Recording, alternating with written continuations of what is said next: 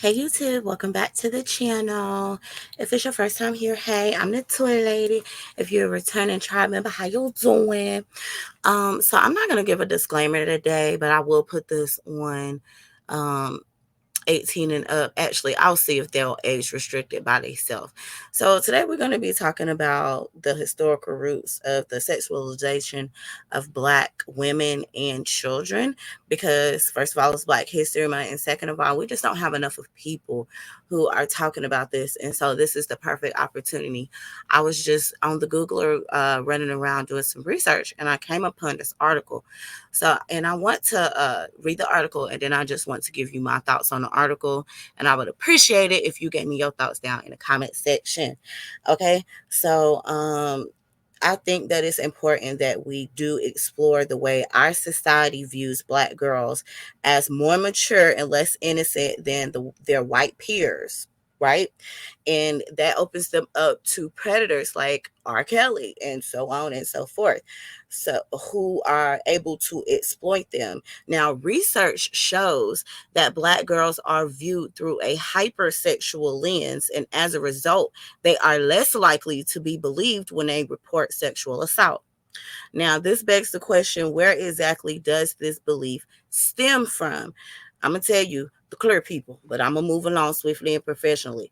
So the article says, like many issues involving race in our country, the view of Black women and girls as hypersexual has its roots in racism. Understanding our culture came to believe that Black women and Black girls were more sexually advanced and and that's kind of harmful.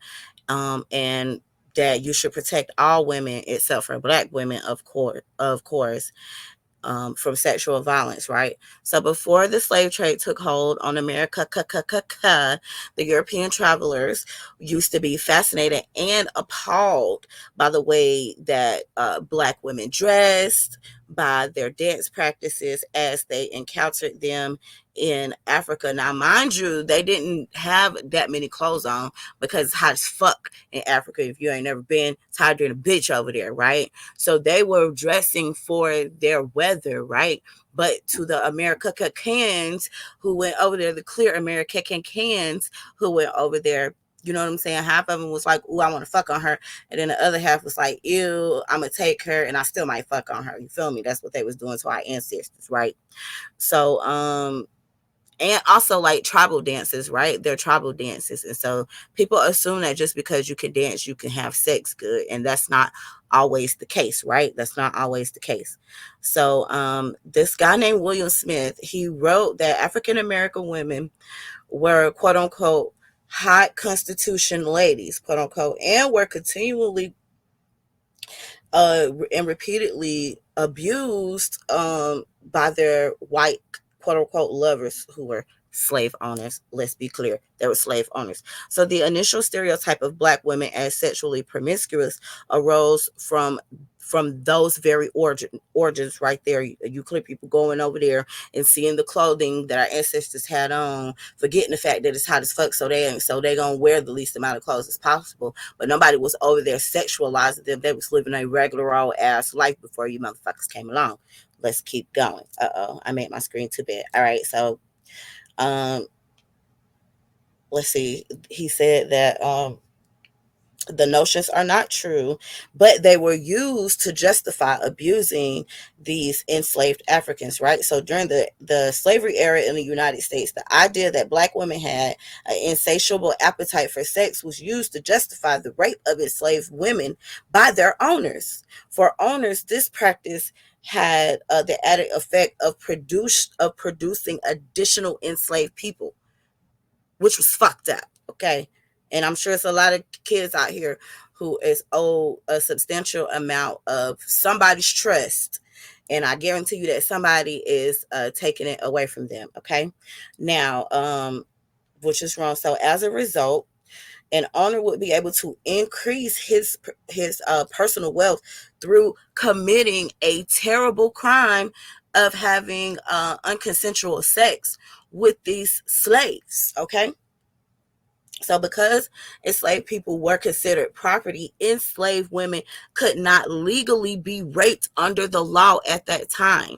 In contrast, right, enslaved men who engaged in relations with white women, whether they were consensual or forcibly, were put to death. Okay, so other factors during the slavery era led to the view that black women and girls were highly sexual.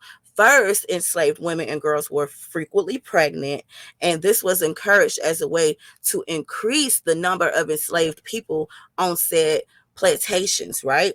And when an enslaved woman or girl became pregnant, it was often used as proof that she had an insatiable sexual appetite. See what they did there? First, they raped our women, and then they said, oh, well, she can't stop getting pregnant, so she must like it. No, you can't stop fucking on her without asking for permission. Okay, but let's move along. So at the same time, enslaved people were regularly put on auction blocks naked or nearly in a naked state, right? So that people could see them in full display. You know, this display of black women stood in a stark contrast to white women who were always fully clothed nearly from head to toe. And it reinforced the idea that white women were modest and pure and black women was immodest and sexually lewd. Okay. Now, after the Civil War and the end of slavery, the sexual victimization of black women and girls did not end. The crime of rape was common from the end of the Civil War into the early 1960s. And let's be clear, it's still popular to this day. We're not fixing to act like that they are not out here kidnapping our melanated queens and our melanated little queens and trafficking them from state to state and possibly country to country without any consent, right? So no Southern white male was convicted of any rape or any attempted rapes of black women or girls. If they were assaulted by black men, however, many black women and girls did not report the crimes to the authorities for the fear that their assailants would be put to death. So then we have our young women out here getting raped and beat on and being violated by men of the same race, but because they love their skin folk, they wouldn't tell on them for fear that they would they would unalive them, right? So the portrayal of black women and girls as sexually promiscuous, quote unquote, Jezebels has continued throughout the 20th century and is prominent in this day, right now, still to this day, especially black women and girls who have large breasts and large buttocks. Let's be clear, y'all didn't see the toy lady got big boobs. I always complain about not having a big butt, but I've always had big boobs, and since the first time I was in a B cup, which is when I was like 11, I have been fucking sexually harassed by men, both white and black, but specifically older black men, right? Yep. Anyway, let's move along. So I don't know if y'all know, but I made you a story. There was this lady, right? And they literally signed her to a contract to like the circus where she would literally be standing there naked, and she had like a really big butt, and people were able to come in and grope her, and they literally had her in a lifetime contract that reduced this black voluptuous woman to a fucking circus freak show, and nobody is talking about it, and the toy lady is upset about it. Now they've even went so far as to sexualize our children, as well as depicting black young pregnant women or young black children with breasts that goes down to their vaginas, right? In movies and in pop culture, black women were generally depicted as highly sexualized, quote unquote, fallen women when they weren't being shown as mammies. The point being made was clear and not subtle. In American society, black women and girls were viewed as promiscuous and sexually deviant, even from a young age. And with a history like this, it's no wonder why the culture is the way that it is when it comes to our young black women. You know what I'm saying? Now, I know it might be hard for some of y'all people to talk about racism in the year of the 2024, but it's still here. It hasn't went anywhere, and In fact, they're trying to rewrite history and teach our children some fuck shit in these books, right?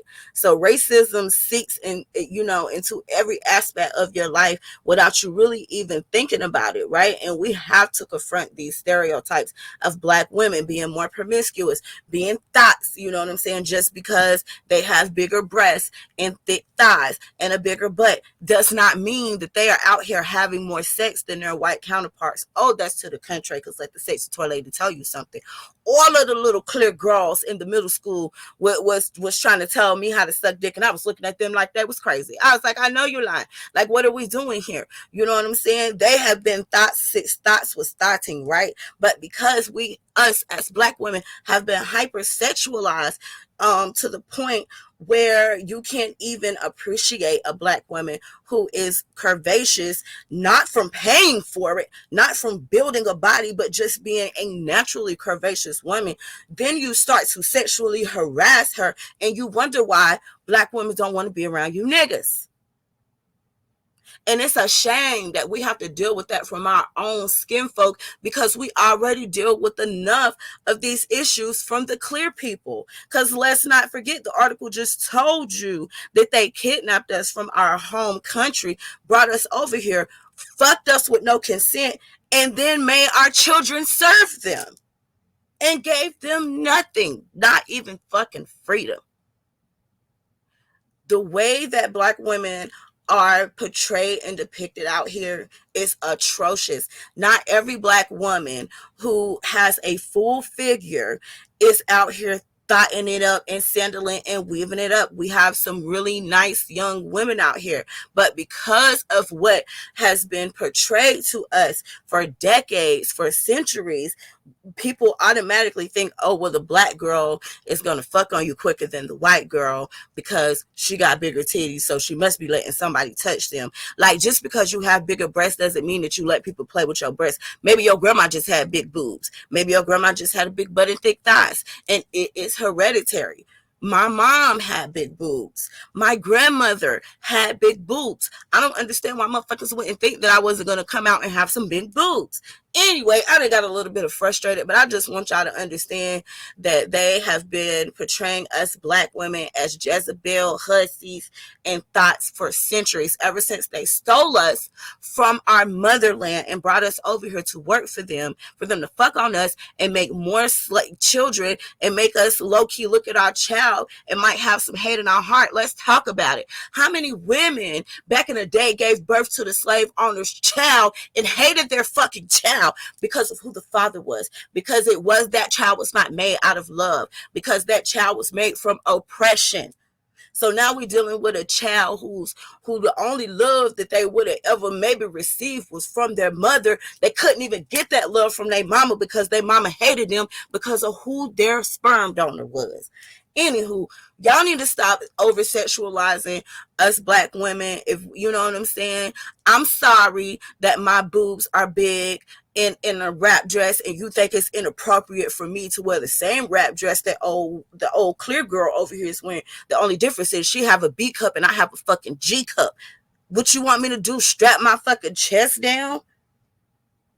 Anywho, I done got upset. Y'all have a good day. Please don't forget what the clear people did to our women. Never forget what the clear people did to our women and what they are continuing to do to our women.